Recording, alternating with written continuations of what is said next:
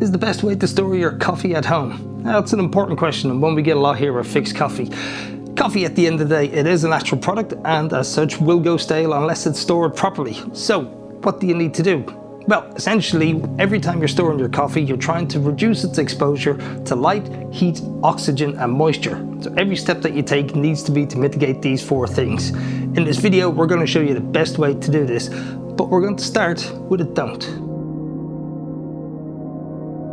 So you might be thinking, and somebody may have actually told you, one of the best ways to store your coffee is to stick it in the fridge. It reduces light, it reduces heat. You're off to a good start, right? No, it's really not. It's wrong. Coffee is called hygroscopic, which essentially is a fancy way of saying it's very porous and it will absorb all the oxygen and odors of everything that's around it. So if you store your coffee beside, say, an onion, well, pretty soon you're going to have some onion flavored coffee on your hand. And as much as I love onion, and I'm sure a lot of you people do too, there's a time and a place for onion. Thank you, coffee machine. I don't want any onion flavors in my cup of coffee, do you?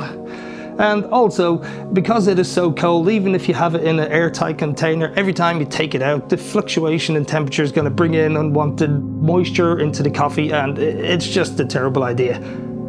On the flip side though, it is possible to freeze coffee. It might sound weird, but there is a lot of steps that you need to take to make sure that it's done properly. I'm not going to go into all of that now. I'll leave a link to a blog where I do outline how to do it with confidence, and you only really do it if you have a huge amount of coffee.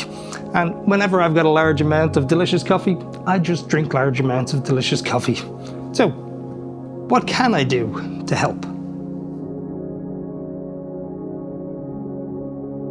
So, what's a good practical step that you can take?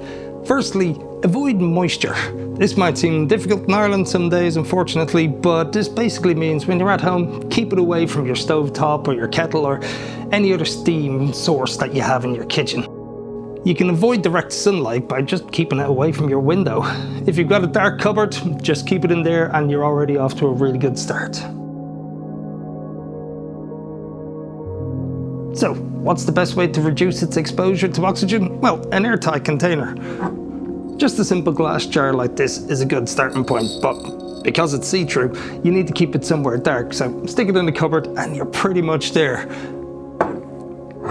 Best option though is probably a specific coffee canister like this coffee gator here.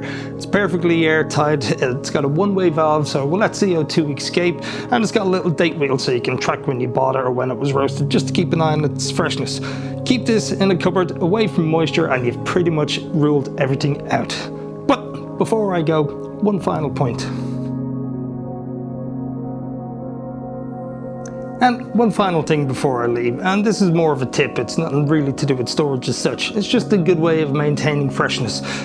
Buying whole beans and grinding coffee, thank you. Buying whole beans and grinding when you need, as you need it, is the best way to maintain freshness. Ground coffee is tiny little particles compared to beans, so there's more surface area exposed to oxygen, so the longer it is exposed to oxygen, the quicker it's going to go stale. So little handheld grinders like this are great ways of just buying beans and grinding when you need it. Grinding in your kitchen first thing in the morning is an excellent way to start the day. No giggling at the back there, please. I hope you found something useful in this and have a great day. Thanks for watching.